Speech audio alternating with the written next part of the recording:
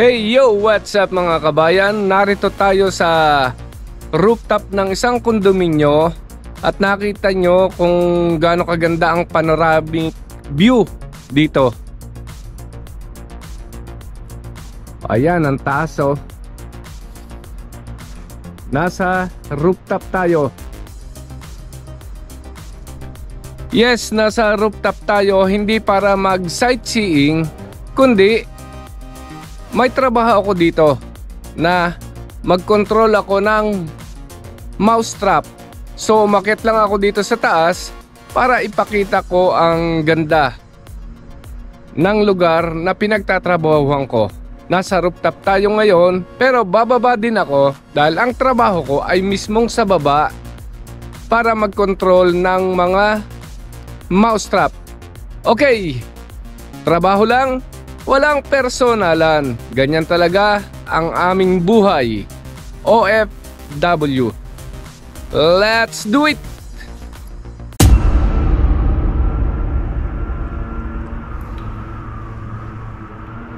Kung mapansin mo, parang nasa kulungan, no? Kasi may rehas na bakal. Pero sa loob niyan, meron sila dyang mga storage room. So meron ako dyang naka-designate na mousetrap. So may susi tayo dito. O pinaka ano niya, bang tawag dito? Susi. Pero iba yung susi eh.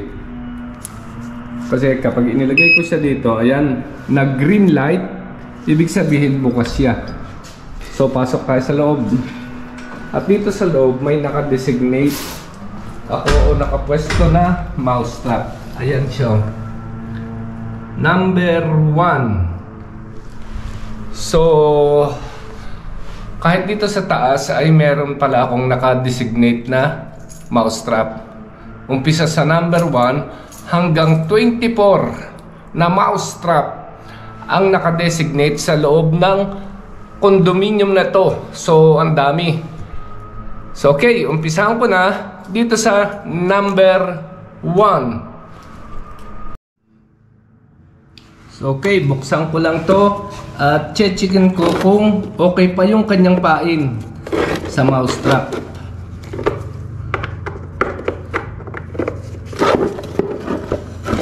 Ayun. Okay pa. Ayan siya oh. Pakita ko sa iyo. Ito ang kanyang pain. So okay pa, buo pa siya. Balik na lang natin uli dito sa loob.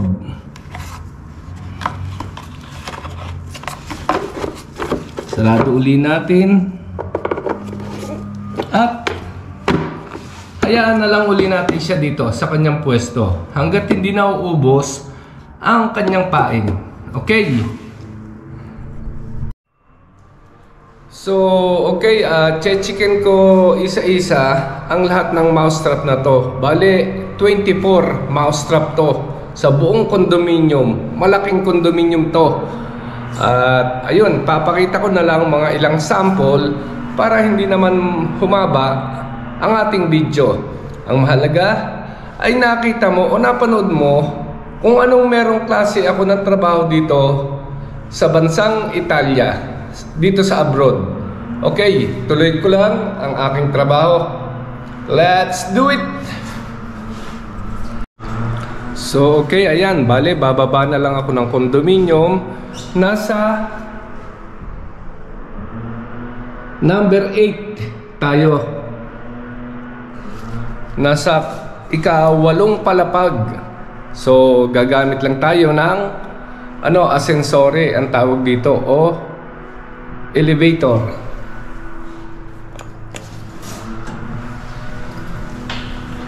Ayan, pasok tayo sa loob ng elevator at bababa ako doon sa pinaka basement nito. So 0.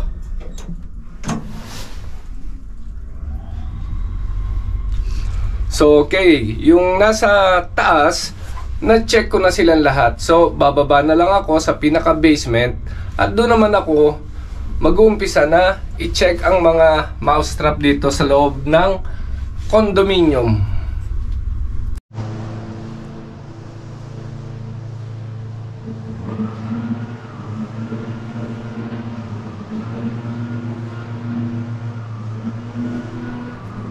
So ayun, galing tayo dun sa taas. At dun ako nagumpisa na maglagay ng pain ng mousetrap. At narito ngayon ako sa baba. Papasok ako sa loob ng basement. So dyan, sa loob na yan, narin ang basement. At marami din dyang naka-designate na mousetrap. So tara, pasok tayo sa loob nito. Okay.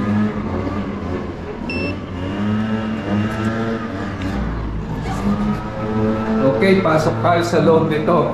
Ito ang basement nila, medyo madilim. Pero may ilaw naman dyan. Ayan, ayan o, may ilaw.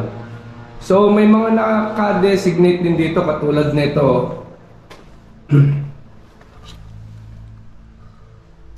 So okay, ayan, another mousetrap. So, katatapos ko lang nga doon sa taas at dito naman ako sa basement. Madami to. Ang dami nito. Pasikot-sikot. Parang ano, labirinto. Pasikot-sikot ang basement na to. So, papasok pa rin ako sa loob niyan. Check ko lang yung isang yon. Tapos, pasok ako sa loob dyan. So okay, ayan, tapos ko na ang mousetrap na to, napunasan ko na ng konti. So okay na yan. At pasok tayo dito sa loob. Kunin ko lang yung aking badge. Ito, badge pala ang tawag dito, hindi susi. Ayun. Let's go. At dito ililibot ko kayo. Nasa ilalim tayo ng basement. Medyo creepy, no? Ayan, no? Kaliwa, kanan. Mahaba to kasi malaking building to. Nasa ilalim ngayon tayo ng condominium or nasa basement. Mahaba yan. So may mga naka-designate na mga mousetrap dyan. Katulad dun sa bandang dulo dun. Pakita ko sa iyo. So mahaba tong basement na to. At dito maraming naka-designate na na mousetrap akong inilagay. Bali 24. Lahat-lahat 'yon in total. So merong isa dito. Ayan oh. Checkin ko rin siya at pupunasan din. So okay, ayan ang trabaho ko dito sa abroad. May mga lugar na katulad nito, nasa ilalim ako ng condominium o nasa basement. Minsan naman puro nasa labas ako, nasa garden. So wala tayong pinipili kung anong trabaho binigay sa atin. Pagsikapan na lang natin yon, pagbutihin. Diyan naman tayo mabubuhay eh. Enjoy lang. So okay, tuloy ko lang ang aking pagkokontrol ng mga pain ng daga. Wala naman dagang tumitigil dyan eh. Kumakain lang sila. Alam nyo, pumapasok dito sa loob. Ayan, sa butas dyan. Pagpasok sa butas dyan, kakainin yung pain. Tapos, alis na sila o alis na ang daga. Hindi sila dyan namamatay sa loob. Kasi parang, yung may pain lang siya dyan. So okay, checkin ko na lang yan. At tuloy lang ang trabaho. Trabaho lang, walang personalan. Okay.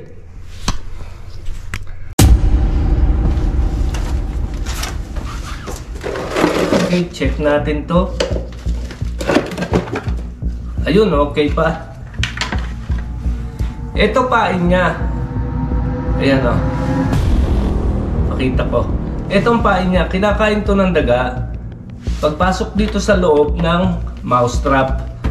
Tapos, umaalis na sila. At doon kung saan, ewan ko lang kung saan na namamatay ang daga pagkatapos kumain ito. Kasi, lason to eh. Poison. So, balik ko lang uli siya sa pwesto. Sarado uli natin. Medyo punasan ko rin ng konti kasi ang alikabok na.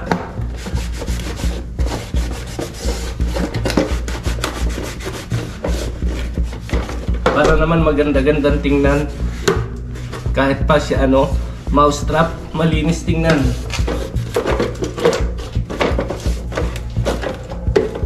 So ayan, konting punas lang, okay na. Iwanan ko na lang siya.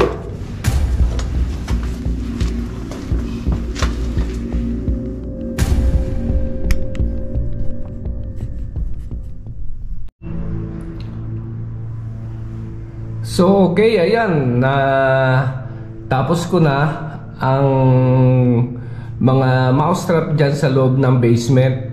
Na-check ko na, hindi ko na lang ipinakita lahat kasi ang dami yun. At pagkatapos, punta naman ako dito sa labas ng condominium. Kasi meron pa rin naka-designate doon.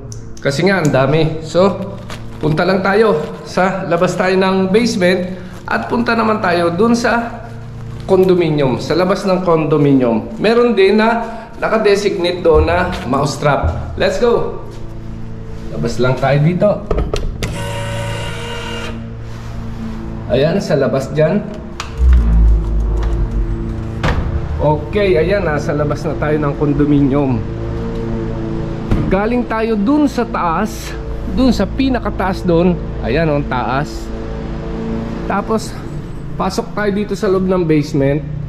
At narito ngayon tayo sa condominium, sa labas. So, meron yan. Meron ding naka-designate na mousetrap dito. Pakita ko sa iyo. Ito siya, oh.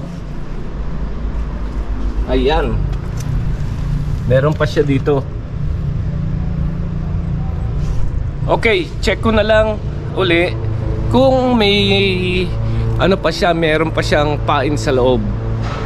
Okay, let's do it. Okay, check. Okay, so ayan, meron pa. Ayan, oh. Dinagdagan ko siya ng isa. Tapos to kinakain. Ayan, oh. Pag ninangat-ngat nila ng daga, ito hindi pa. To kompleto pa to. Ito kinain ng daga, oh. Balik natin siya sa loob.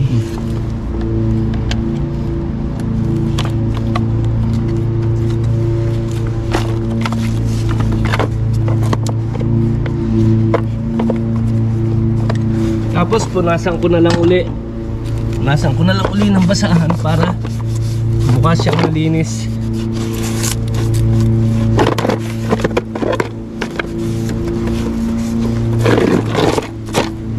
Balik siya sa pwesto. Balik siya sa pwesto. Okay na siya.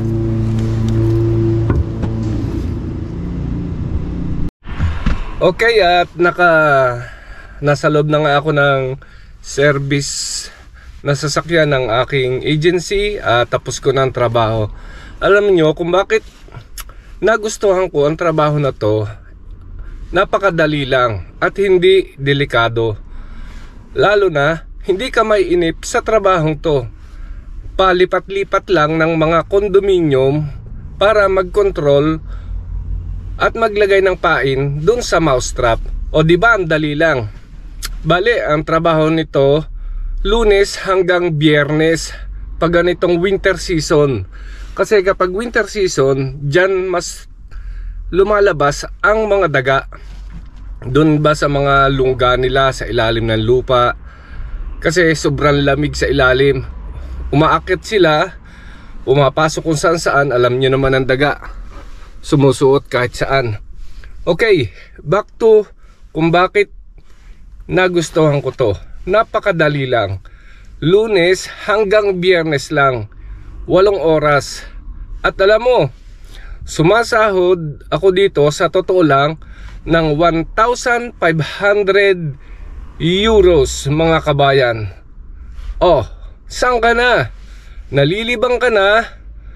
May trabaho ka na? Ang ganda pa ng sweldo mo at nakaregular. So ayan ang dahilan kung bakit gusto ko ang trabahong to.